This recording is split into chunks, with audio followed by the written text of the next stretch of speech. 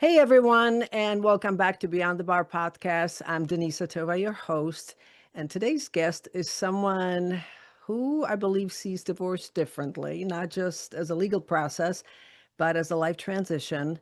Al Yes. Feigenbaum.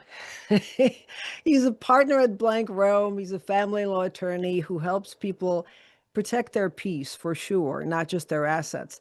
Now, his focus is helping clients preserve their emotional capital. I can't wait for him to explain that and build a path forward that works in a real life. So, is bringing in also a practical approach, very important. But you know what? This is all great. But the purpose here is to go beyond the title and find out who Al is. Al, welcome to the show. Thanks for having me. This has been a long time coming, my friend. I think Um, so. we probably sound like, well, it feels like we've known each other for a while. Virtually, I've been noticing your posts and you being super active on LinkedIn, and so I am really jazzed that I can get to know the person behind all that. So, one of my favorite ways to start is tell me your story. What brought you to this field? I mean, how and why? Right. Most people are often confused by that because they say, why would you want to get into divorce? I guess to that, I would say, have you ever been a commercial litigator? I did, and that's no disrespect to commercial litigators. If that's what you enjoy doing, that's great. That's what I did for 5 years out of law school. The training was excellent, but at least from my perspective, when the client is in-house counsel at big corporations all over the world, you never really get a meaningful attorney-client relationship. At least that's how I felt. And so I was desperate to work with people. I just think that people are interesting. And I think in-house counsel especially are in a difficult spot because the business folks kind of see them as an impediment to success. So your main point of contact in that world are people who are kind of not maybe they're not so thrilled with their job to begin with. So I just that was it. I mean, look, besides that, the fact that I just didn't feel like there was meaning between the attorney-client relationship. It didn't interest me, and there's no life. So I just right around the time that I had my son, I began the exit because I just didn't see how I could keep a family together doing that kind of lifestyle. So I chose this one, which is a little seems ridiculous, but okay. Yeah, well, that is interesting. So going a little further back, I mean, how did you get the idea of getting into law to begin with? What were you into? I definitely am not one of those people who's going to say that, there was always some burning desire. I vividly recall a Good. closing, settling a case, yes, where my opposing counsel said that ever since she was 4 years old, she knew she wanted to be a divorce lawyer. I mean, I don't know what to say to that. I definitely didn't have that in me. My thought being in college was just that I like to write, read, and communicate. And I figure, okay, I should get the opportunity to do that in law school or at least being a lawyer. That was the thought. Really nothing more complex than that. And, no, like, oh, from moment one, I wanted to, put on the wig and be a barrister, nothing like that. I'm happy with the choice that I made, but that's really it. I like to read, I love to write, and I like talking, as you can see. And there's a ton of that, at least in what I do now. Sounds like you have a great sense of humor. So, was It's there any time the ever that you only put on thing a keeping me wig? alive here.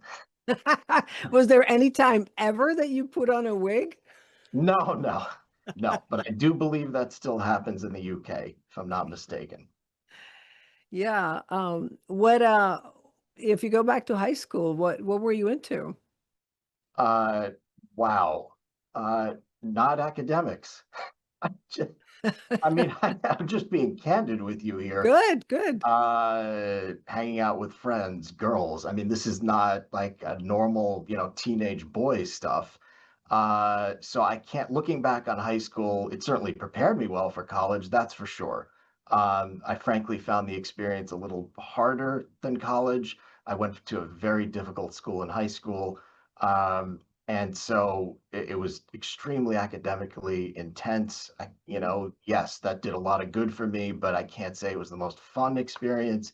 But I definitely was not someone who was academically oriented. I mean, I always say that, of all the books I was given to read in English class throughout high school, I think there was maybe one that I read. The rest were the Cliff's Notes. Of course, today I absolutely love reading and never want to not have a book. Absolutely love it. But it's just what you're given in high school are all what are considered to be the classics, which to me aren't so classic. What are you in the middle of reading these days? I'm reading a book called Blood and Thunder, which is a like a 500 to 600 page book about the American West and President Polk and kind of how Americans, the U.S.-Mexico War, and also the war between the Americans and the Navajo tribe. It's incredibly well written. Why that book? What interests you about that particular era? I'm super into the American West, Yellowstone, all that. I just think that part of history is so rich, and it's not really taught that much in grade school. I mean, I don't feel as though I learned any of that as a kid. Um, and I just think it's incredible that it wasn't that long ago that we were living in a very uncivilized way. That is that is so true. And Yellowstone actually, I mean, I think probably watched it, binged it maybe maybe twice, but I'd spent almost 2 decades in Colorado and sort of a very close to um not the similar way of life, but the Western and the cowboy way of life, if Yes, you will, yes. traveling, obviously outside of Denver, not in Denver. And there is something that is so raw, and even today, people who still do that, It something beats wearing suits. they Let's exactly. And see, and that's so interesting to just sort of a go outside of that. What other shows other than Yellowstone do you enjoy? So I That's have to say, after the pandemic lockdown experience where I feel like we were all stuck and there wasn't much to do, so you consume a lot of content. yeah. Maybe as a reaction to that, I barely watch TV anymore. I want to be out, whether it's exercise, if I'm home, I'd rather read. With that said, I'm very gradually starting to watch a couple of things, but it's very few and far between. Um, Probably 1 to 2 things a year. It's just the idea that I'm gonna dedicate those hours to a television show, it brings me back to that experience, which was not pleasant, so it better be a spectacular show, and there are plenty of them. I love So what you said about attention. There are things that will deprive you of the attention, and it's easy to consume these days. And to being selective, I think that is so important. There's so much information, and just being it just discerning, right, what to put in and what to allow in our time. Right, and look, at this age, like, it just doesn't get my brain going the way exercise does, for example, or taking a walk. It just, gets you into an entirely different mode, which is like Mhm. going to sleep, which I don't wanna do. But again, there's some, programs I've seen that are just outstanding since the pandemic, but it's definitely not something that I'm, like, just, all consuming. What is your pet peeve? My pet peeve, I guess I would say people that lack perspective, Mm, that don't appreciate that, you know, we're not going to be here forever. So let's make the most of it now. So that kind of feeds into the way I kind of handle my cases, which is, let's just gently, can we not argue over the nonsense, which oftentimes people want to do because yeah. it does get emotional. But, having been involved in cases that end quickly and those that take 5 years, you see the difference, how it affects people, and, how much better folks do when they're able to get out of this process as quickly as possible. So I think if I guess you could call that a pet peeve. I mean, I do the best I can with it, but I think the more that you do this kind of work, unfortunately, you have to continually remind yourself to be patient and not, get frustrated with that. How is that working for you? If I had to grade myself, probably like a B. It used to be better. It just, some literally yesterday, just back and forth, back and forth. And I just said to one of my partners, I need to take a break. Like sometimes you just have to step away, even for a half hour, Mm. and then you're ready to go. Otherwise, I think it can kind of, drive you off the deep end. What would you, I mean, you've been through the pandemic. You visibly have not been practicing for 30 years. But what would you Uh, let's see, almost? 2003? Oh my gosh, so Better not not to quite count. 3. Better not to count. Yeah, long time, long Right. time. Enough. Let's just put it that way. You look Right. great. Thank you. Um, would you I'm wondering if I had asked you this question before pandemic, and perhaps you'd have the same answer, but what would you say to an incoming attorney who's trying to get into the field right now, the matrimonial, family law? What would you say to them before pandemic? What would you say to them now? Yeah. So I think the shift, unfortunately, has become there seems to be more of a revival of the theatrics post-pandemic and just the hyper aggressive conduct amongst some lawyers, not all. I think I've seen more of that post-pandemic than pre-pandemic. So I think, pre-pandemic, you have to be candid here. It's not an easy practice, No. but at least at that time, I do think there was more emphasis on, civility and understanding that, we have a job, we're zealously represent the clients, but that doesn't mean that we need to be at war with our counterpart. Um, and look, I still think that holds true, but I think in the post-pandemic world, for reasons I'm still not completely sure why, I think there's some regression. Mm. Yeah, there seems to be tension all the way around, and I'm wondering if it's stemming from fear, just Well, unknown. I think part of it is just boundaries were eroded by the Hmm. pandemic because look, you're home all the time, so to speak. Right. And even though now, at least for me, that is not the case, there's still that sense of like, well, of course I can reach you anytime. Uh, Mm. so as far as just, the level of stress, I think that certainly adds to it. It's just that phone just chases you everywhere. You do pro bono work where you support veterans through the Yes. Veterans Consortium. Why, now that's dear to my heart. So, what made you get involved, and what has that experience been like for you? I mean, look, I work at a firm that requires pro bono work. I had never worked at a firm like that before. It was either optional or just not an option at all. So I think you have to start there. There's a real value add there when you're told, this is expected of you. This is what a lawyer here is expected to do. Then you don't spend a second thinking about, well, how am I going to get it done? You just have to Mm. do it. After that, you're given just a whole laundry list of options as far as what it is that interests you. Look, for me, coming back to reading, I've read so many books from vets that served in Iraq and Afghanistan, and I think these are some of the people that have perhaps the best perspective on life. They don't sweat the nonsense. And there's just something about it that's very pure and it's kind of like a tonic to what I do during the day. It really helps you separate. And but most of the work is done on weekends, but that's okay.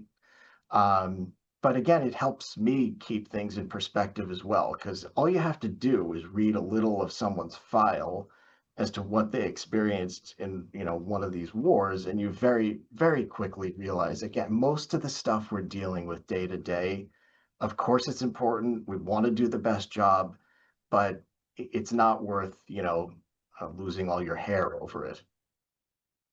I'm not succeeding that much in that, but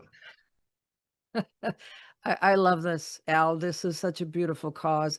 And I love the way you articulated it, the perspective, because we do get caught in the day to day, and then we get hit with someone's unfortunate news. And for about yes, 2 seconds, we go, ooh, right, I really will maintain a good perspective. Just, right. 5 minutes later, you slip right back into it. So that's. Very, very important. Wow. Um, if you couldn't practice law, I know it may sound like a cliche, but it's really such a great insight into who you are. If you couldn't truly practice law, what would you do? So, I used to say that I'd like to run an NFL team just because I think football's outstanding, right? Incredibly interesting to me. But at this point, I think I just settle for being a bartender.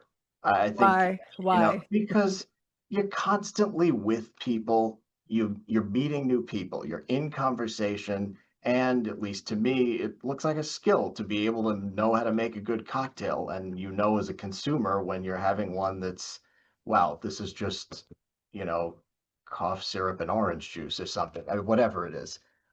So I think there's some skill to be had there. And so, yeah, that look, it's fun. Again, it's like constant movement, conversation, etc. Maybe not as hard as, running an NFL team. Running, so being like a general manager? Yes, yes. Is there a particular team that you would wanna manage? No, no. This is just it's a great icebreaker, conversation Yeah. starter, that you're asking here, what would you do if not this?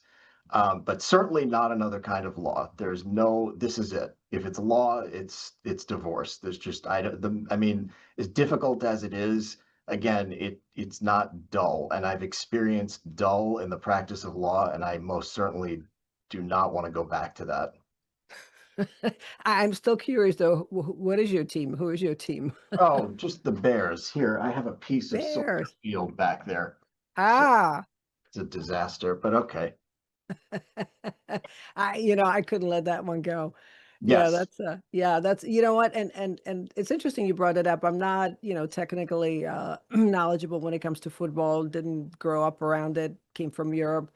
And but what interests me is the human aspect of it, and, even that field to me is changing and the level of expectations.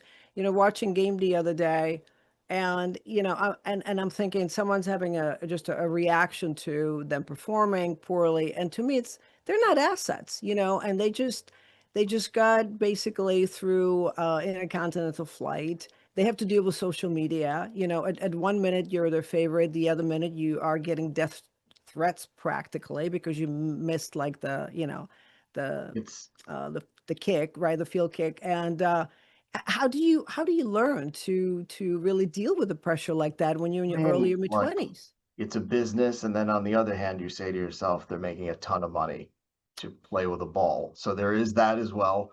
But certainly as a fan, you have those reactions. But you bring up Europe, and it just reminds me of the summer and how we're so far away from the summer now, which is so I wish we could press rewind. How was your summer, by the way? Any travels? Fantastic. I think summer just is a completely different mode.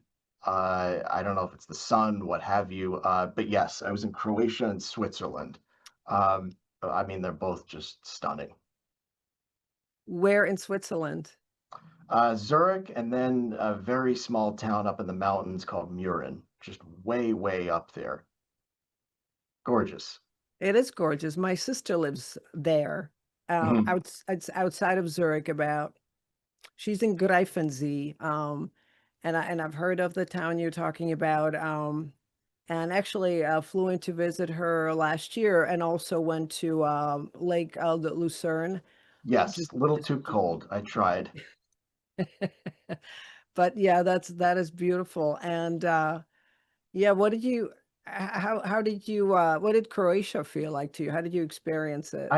You think back to those images, and then see like all the garbage on the street as I'm coming to work. It's almost surreal that that's in this world, right? The Adriatic Sea is truly in a class by itself.